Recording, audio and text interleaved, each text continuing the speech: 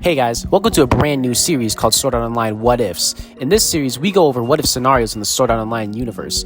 Today's video, we're going to be starting with, what if Sachi never died? This is an idea I had for a while, and I hope you all enjoy it. For this video, let's set a like goal of 15 likes. If we can hit that, I'll continue with a new part to the series. Anyways, let's begin.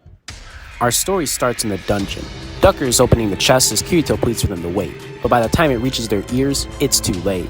The room's walls change from blue to red, and suddenly, waves of mobs begin appearing as the walls open up. Surrounded, the group is left with one choice, and that's to leave. But as they attempt to use their teleport crystals, they realize that they don't work. One by one, everyone in the group is getting picked off. First Ducker, then Tetsuo, then Sasamaru. All seems hopeless as Kirito watches Sachi struggle to fend off some granite elementals. He notices one about to attack her and surely kill her. Time practically stops for him. Is this it? Will his own arrogance be the death of this guild he grew to love?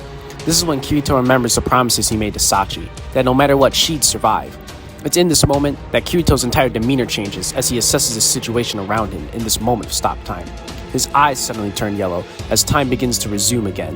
He activates the sword skill, Sonic Leap, and arrives at Sachi's side, defeating her would-be killer in an instant. One by one, Kirito begins mowing through enemies, making sure to keep Sachi safe in the process, until eventually none are left. Kirito pants, so exhausted and overexerting himself that he faints. A while later, Kirito awakens to the sight of Sachi standing over him. She asks how he's doing, and Kirito responds that he's doing just fine, but doesn't remember what happened. Sachi explains the situation to him, sparing no details and telling him the full truth. Kirito's relieved to know that Sachi survived, but is heartbroken that he could not save the others. He asks about Keita and how he reacted to the situation, to which Sachi responds that he attempted to commit suicide, but she was able to talk him down from it.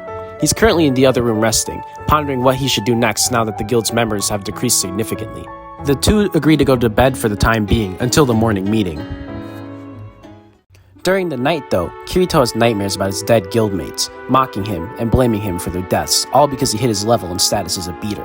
He finds himself unable to sleep that night and secretly goes out for a walk into the hunting grounds. During this time, Kirito is noticed by Klein and Angel, who were grinding out levels during the night. Klein responds with his normal cheery demeanor, while Angel stands in the background with a smile on his face, glad to see Kirito doing well. Kirito, still guilt-ridden by the events of yesterday, remains silent, which Klein quickly picks up on. He asks Kirito what's wrong and tells him that it's okay to let it out. Angel nods in response, agreeing with Klein. Kirito remains silent until eventually he mentions that one of his guildmates died, not stating how many. Angel and Klein immediately show empathy for Kirito. Klein offers to take Kirito out for some food, while Angel offers to forge Kirito a new weapon.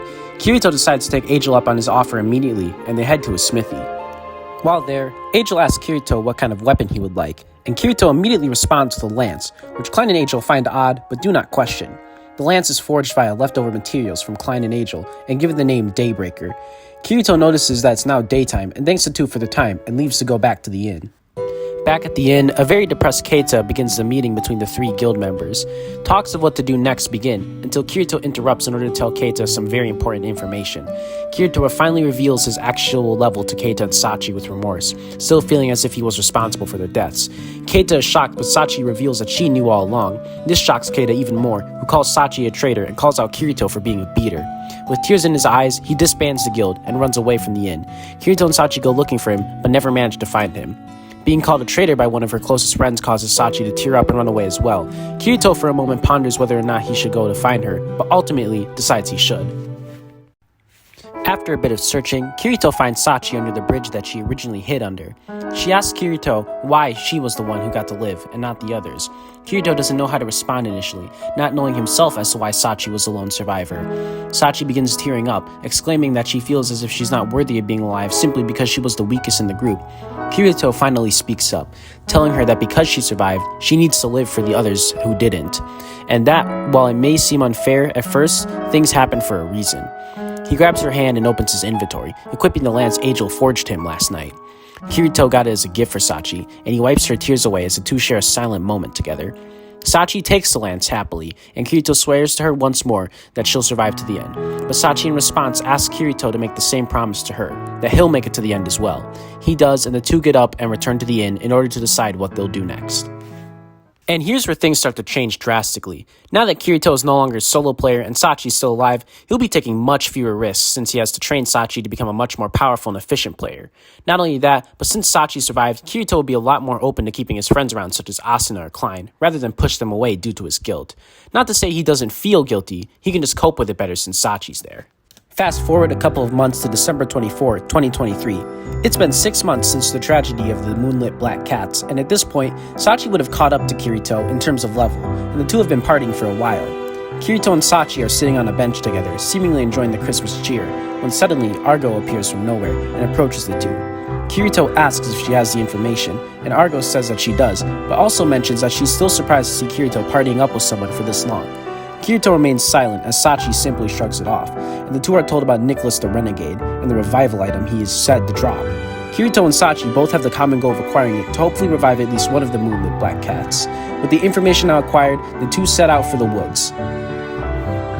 Once they finally reach the location, Kirito notices Klein and his group entered as well. Kirito questions Klein as to why he followed them, and Klein responds by telling him for the same reason he did, to acquire the revival item. Klein offers to team up with Kirito and Sachi, but they both decline, saying that they don't want to take the risk of the item getting into someone else's hands. Klein understands and says he'll back off for now, until all of a sudden, the Holy Dragon Alliance appears, having followed Klein into the woods as well. Klein tells Kirito and Sachi to go without them, and defeat the boss while they hold off the guild. Kirito and Sachi smile at Klein, and thank him for his health, and the two go to face Nicholas the Renegade. After a tough fight, he's eventually defeated, and Kirito receives the revival item. He immediately checks the description and is shocked to find out the conditions to revive somebody. He shows it to Sachi, who is equally saddened by this realization. Kirito elects to give it to Sachi, who instead says that they should give it to someone else who may find a better use for it. The two leave and meet up with a very exhausted Furin-Kazan. Kirito hands Klein the item and tells him to use it on someone he cares for the most. Klein is confused as to why Kirito and Sachi would give up such an item, but nonetheless accepts it and hugs Kirito while crying, telling him that he'll pay him back one day. Kirito and Sachi head back to the inn and the two go to sleep, wrapping up their adventures that month. And I think I'll end the video off here. What did you guys think? And what do you guys think will happen next? Comment below your thoughts, and don't forget to like and subscribe for part 2. I'm Alice Gaming, and I'm signing out.